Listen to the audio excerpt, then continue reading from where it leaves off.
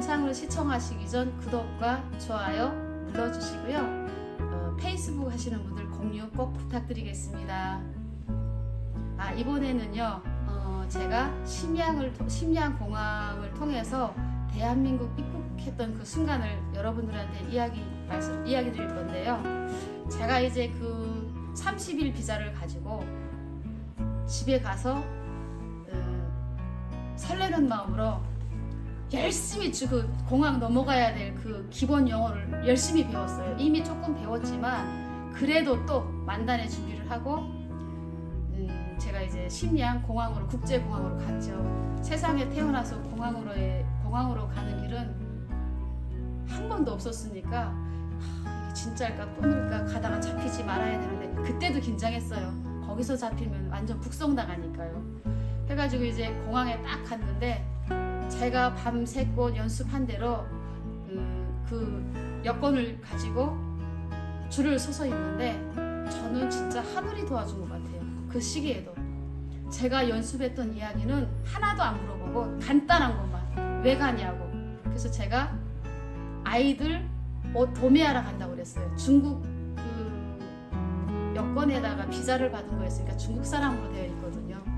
그래서 아이들 옷 도매하러 간다라고 했더니 얼굴 위아래 훑어보고 가라고 그러더라고요. 근데 거기서부터 비행기 타는 그 입구까지 가는 거리가 엄청 길게 느껴지는 거예요. 뒤에서 누가 공항 경찰이 와서 확 잡아서 이렇게 다 잡아가는 그런 느낌. 그 땀을 뻘뻘 흘리면서 거기까지 가서 앉아서 마지막 통화를 했어요. 영사님이 그러셨거든요. 걱정되니까 들어가서 무사히 통과돼서 들어가면 나한테 전화를 하고 그 전화기를 없애버리라고 그랬어요. 약속을 하고 들어갔잖아요. 들어가서 프런트에 의자에 앉아가지고 숨을 가다놓고 전화를 했어요. 받아주시더라고요. 받아주시면서 뭐라고 하시냐면 고생했어 이렇게 하시더라고요.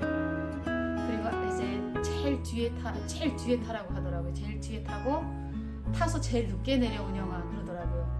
그리고 핸드폰 이제 안 될 거야 라고 말씀해 주셨어요. 그러니까 그분이 저를 목숨을 걸고 그때 당시에 있을 수 없는 일을 도와줬던 것 같아요.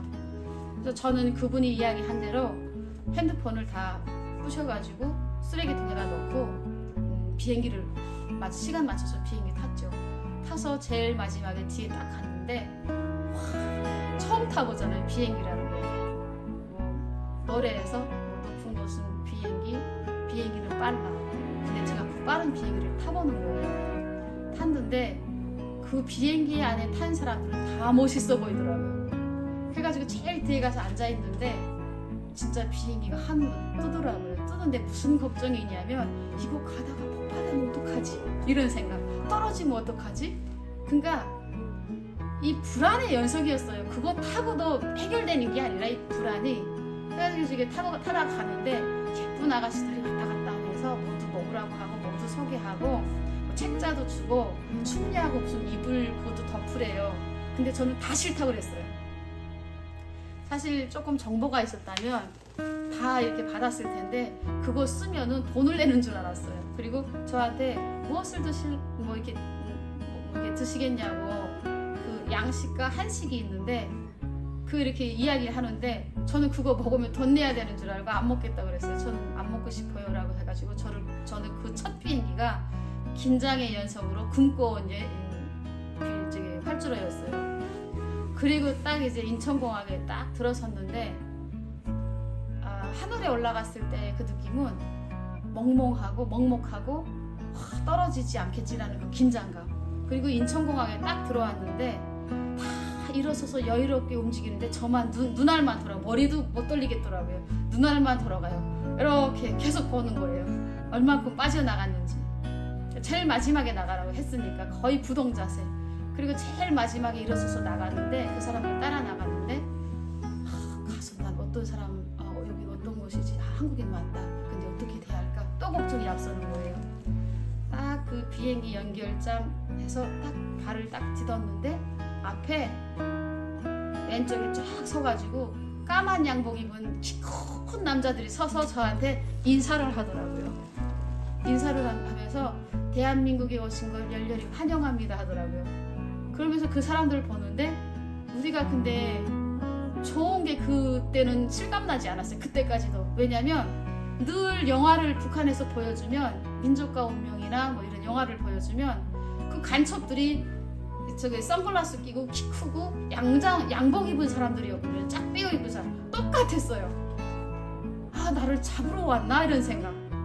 그러고 뭐 거기서 뭐 어디로 뛰어요. 그냥 일단 왔으니까 몸에 맡기고 따라갔는데 처음에는 이제 저를 이렇게 자그마한 방에다가 이렇게 데리고 가더라고요. 데리고 가고 테이블 위에 앉아서 조금 기다리니까 저를 옆으로 앞으로 뒤로 뭐로 다 찍더라고요. 찍고 이름 물어보고 가족관계 대충 물어보고 이제 그게 다예요. 근데 그렇게 사람들 다 나간 다음에 특별 검열 없이 저는 빠져나갔죠. 그거 나가가지고 저는 원래 자빠질 뻔했어요.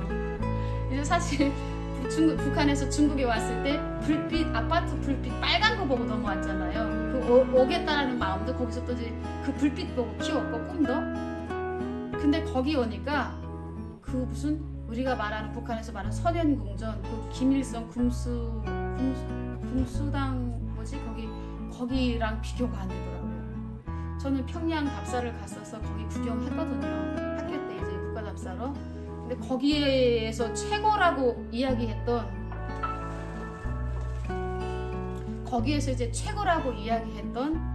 그 우리 북한은 김일성도 태양이고 모든 게 다 이제 지구가 김일성만 죽으면 새까매지고 백봉어충 노래 자랑했었고 이런 거기에 세뇌에 되어 있다가 딱 인천공항을 보는데 그냥 거기에 떡을 뭉개가지고 거기다 쳐서 먹어도 될 정도로 깨끗하고 사람들이 라진 선봉시에서 봤던 그 사람들이 그 번들번들함 그거는 아무것도 아니더라고요. 그런 사람들이 거기에 빼곡히 있더라고요. 가기 싫더라고요. 그리고 멀리서 보는 그 사람들의 얼굴에 그 편안함과 이 모공까지 보이더라고요. 모공까지 보이는데 아, 이렇게 밝은 데서도 사는구나. 우리는 그 뭐지?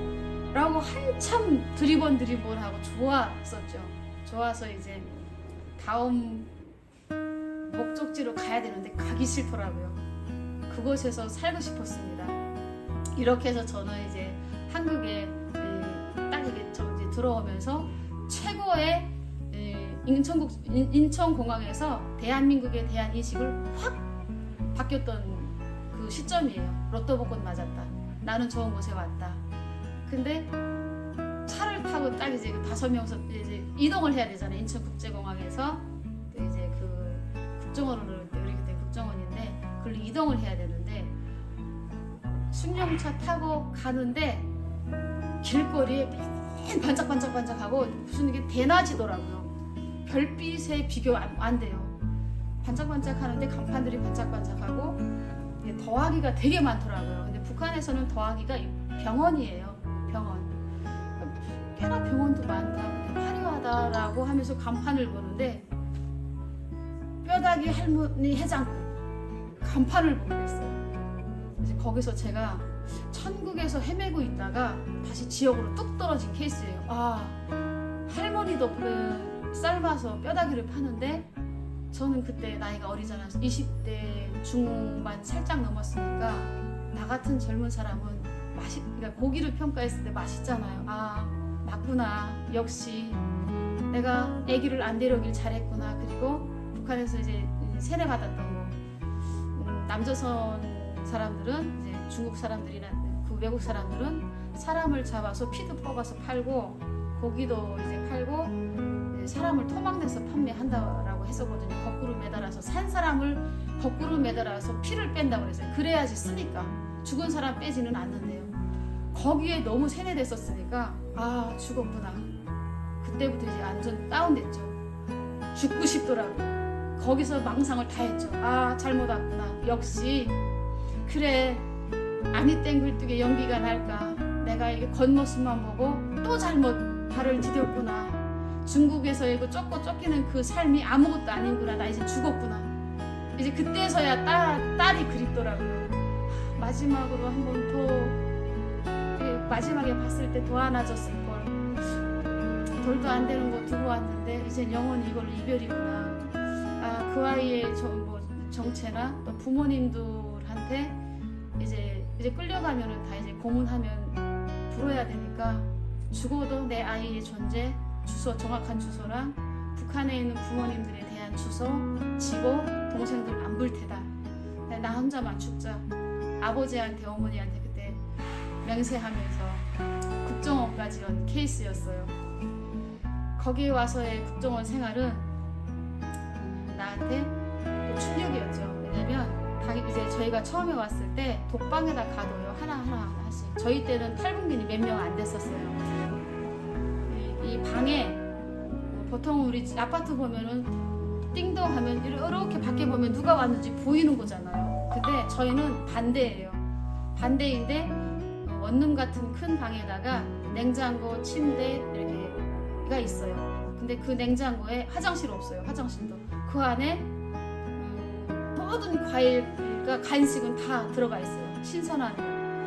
근데 이제 오다가 그 뼈다귀 해장국집을 갔고 맛있는 음식을 주니까 잘 먹여서 살찌어서 잡아먹겠구나, 죽이겠구나라는 생각밖에 없었어요. 그리고 다음날 이제 갖고 온 옷이나 모든 걸 다 이제 싹 다 벗기거든요.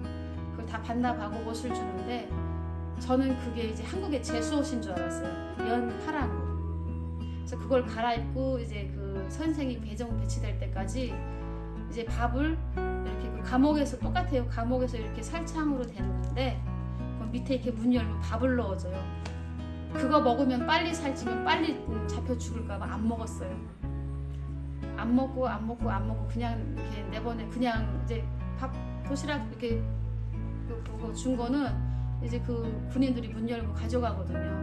한 번도 하나도 안 먹으니까 이제 저녁에 도착해서 안 먹었고 아침, 점심, 저녁 안 먹었지. 그 다음 날 안 먹으니까 이제 들어오시더라고요. 담당하시는 분이 많이 먹으라는 거예요. 지금 그때 당시에 뭐 거의 뭐 빼빼 말랐으니까 많이 먹으라고 이제 영양 챙겨야 된다라고 해서 아 나를 또 세뇌하는구나. 잘 먹여서 이게 팔으려고 하는구나. 그 생각밖에 없었어요. 그러다가 이제 맨날 며칠 안 먹고 조사를 시작하는데 2시간마다 이렇게 선생님이 바뀌면서 같은 이야기를 계속 처음에는 한 선생이에요. 같은 이야기를 쭉 할 때는 하루 한 선생이지만 어느 정도 이야기 스토리가 다 넘어온 스토리가 잡히면 한 일주일 보름을 이야기해도 부족하죠. 그거 하고 또 이제 그 같은 이야기를 맥락 짚어서 선생님 교체할 때마다 이게 머리가 이제 지진 현상이 일어나는 거예요. 그러면서 아 그래 이래도 좋고 저래도 좋은데 한번 뭐 먹어보자라고 냉장고를 열어보니까 지친 나머지 배고파서 냉장고를 열어보니까 제가 세상에 태어나서 한 번도 보지 못한 이렇게 귤이죠. 지금 귤이 있는 거예요. 근데 그걸 까먹는 줄 몰랐었어요. 제가 접한 건 사과, 배, 뭐 자두, 복숭아, 뭐 딸기 이거 전부였으니까 그것도 제철에만 한두 번. 그걸 보는 순간 그래 죽기 전에 안 먹어본 거 한번 먹어보자고 꺼내가지고 한 입을 물으니까 그 알싸하면서 막 입안에 막 그 좀 거부 반응 처음 먹어보니까 그런 맛이 탁 입안에 톡 쏘는 거예요. 아, 역시 이런 것도 먹는구나 자본주의 사회에서는 하고 안 먹고 그냥 냅두고 그냥 달콤한 아는 포도나 이런 거 먹고 한두 개 먹고 목숨만 연명하면서 조사를 받았었어요. 조사를 받는 내내 거의 다 받았다고 생각될 즈음에 저희가 이제 그 하나원으로 이동이 되는데 다른 분들은 다 이동이 되는데 저만 또 남는 거예요. 왜냐? 저는 군인이어서 기무사 조사가 남아있더라고요. 그래서 저는 제일 먼저 죽는구나. 그러니까 저는 조금 기무사 때문에 제일 늦게 죽는구나라고 안도의 숨을 쉬었었어요. 왜냐면 그 사람들은 조사가 다 돼서 마지막 만찬을 다 같이 먹거든요. 그거 먹으면서 서로 눈빛으로 이야기를 했어요. 말로 못했어요. 서로 다 공포니까. 근데 저만 공포였어요. 왜냐면 대부분의 사람들은 사회생활을 하다 왔으니까 이 사회 물정을 알아요. 저는 군인 생활을 하다가 이 탈려와서 결혼 생활 하다가 온 케이스라 세상 깜깜인 거예요. 그래서 이제 저는 이제 남아서 국정원에게 기무사 조사를 한 20일 더 하고 하나원으로 간 케이스였거든요. 그때 하나원에 갈 때도 못 느꼈어요. 근데 하나원에 가서 보니까 저랑 같이 그 교육 조사받았던 사람들을 몇 명 만나게 됐어요. 그래서 죽지 않고 사는구나라는 걸 거기서 다시 한번 실감하고, 그때부터는 이제 정신없이 이제 행복했죠. 그러니까 좋았죠. 좋고 막 이렇게 있는데, 좋았다라는 게 조사한 다음에 뒷끝이다 보니까 정신이 없는 거예요. 그때 거예 스님이 전화 왔어요. 그래가지고 전화 걸었어요. 제가 거예 스님한테 전화번호를 안 읽고 갖고 있다가 전화했더니 거예 스님이 그 다음날 부산에서 달려오셨어요. 그래가지고 면회를 하면서 수많은 이야기를 했어요. 그 시간이 아깝지 않을 정도로. 근데 그때 스님이 한자 책이랑 연필이랑 그런 걸 이제 많이 가져다 주셨어요. 여기는 먹는 거 풍족하다. 이제 배고픈 걱정 없이 네가 이제 살아갈 텐데 배워라라고 하시더라고요. 이제 그때 거예 스님하고 얼싸안고 좋았죠. 좋고 이제 하나원 생활을 할 때 그 스님이 가르쳐 주신 대로 내가 이 안에서 할 수 있는 게 무엇일까라고 생각하다가 거기서부터 이제 설거지를 시작했어요. 원래 그 안에는 그 요리하시는 분들, 그 메뉴 짜시는 분들, 설거지 담당, 청소 담당, 병원, 교육자들이 다 있어요. 그 안에서 제가 자본주의 사회를 배우면서 이제 앞으로 끝나면 그 주민등록번호를 준다라는 거예요. 그래서 그 희망을 갖고 그 안에서 스님이 가르쳐 주신 대로 남한테 봉사하는 길이 무엇일까, 나라는 사람이 또 누군가한테 희망이 될 수 있는 게 뭘까 해서 생각했던 게, 밥 먹고 다 그냥 갔었는데, 저랑 그때 당시 이땡옥이라는 언니가 있었어요. 68년생. 그 언니하고 둘이서 아침, 점심, 저녁 설거지를 했어요. 설거지하고 치웠어요. 그걸로 이제 2달 동안 좋은 일하기 해서 상금도 받았어요. 그러고 이제 다 같이 사회에 나가는 그 수련회를 하는데, 그 캄캄하게 불 끄고 이제 북한에서 걸어온 길 신앙성까지 이제 읽어주면, 거기서 거기까지 여기까지의 그 팔려갖고 잡혔고 인신매매 당하고 겁탈 당하고 이런 그 삶이 떠오르면서 안도의 숨을 쉬면서 막 펑펑 울었어요. 거기서. 그래서 나가서 잘 살겠노라고 진짜 다짐하고, 그 다음날 이별 인사하고 딱 대기하고 있는데 보안과 담당 형사님이 오셔서, 우리 그때는 바로 줬어요. 신분증을. 요즘엔 사회에 나가서 등록하고 주더라고요. 저는 그분이 오셔서 딱 주면서 내 손에다 주면서 너는 이제 자유야, 운영아, 가자 라고. 지금은 많아서 형사 한 명당 뭐 100몇 명씩 70몇 명씩 하지만 저는 딸랑 3명. 그러니까 저를 가족처럼 딱 손을 잡고 사모님도 데리고 오셔가지고 주면서 운영아 자유야 하는데, 진짜예요? 너 이거 가지고 대한민국 방방곡곡 갈 수 있어. 네 마음대로. 그리고 외국도 갈 수 있어. 이제 시간이 지나면 라고 하더라고요. 그래서 제가 그때 대한민국 만세를 삼창하고 대한민국 땅을 밟았습니다. 이렇게 나의 대한민국 한국인으로서 살아가는 첫 발자국을 저는 꿈과 희망, 자유 모든 걸 얻은 상태에서, 그게 신분증이라는 나라 이름 서름 없고 어느 나라 소속이었고 대한민국 국민들이 내 국민입니다라고 포옹해 주셔서 한 성원으로 대한민국 국민으로 걸어나가는 첫 발자국이었습니다. 이렇게 저는 대한민국 국민이 되었고요. 오늘날까지 또 이제 정착 과정은 앞으로 여러분들과 함께 나눠갈 예정입니다. 지금까지 시청해 주셔서 여러분 감사합니다. 감사합니다. 다음에 또 만나요.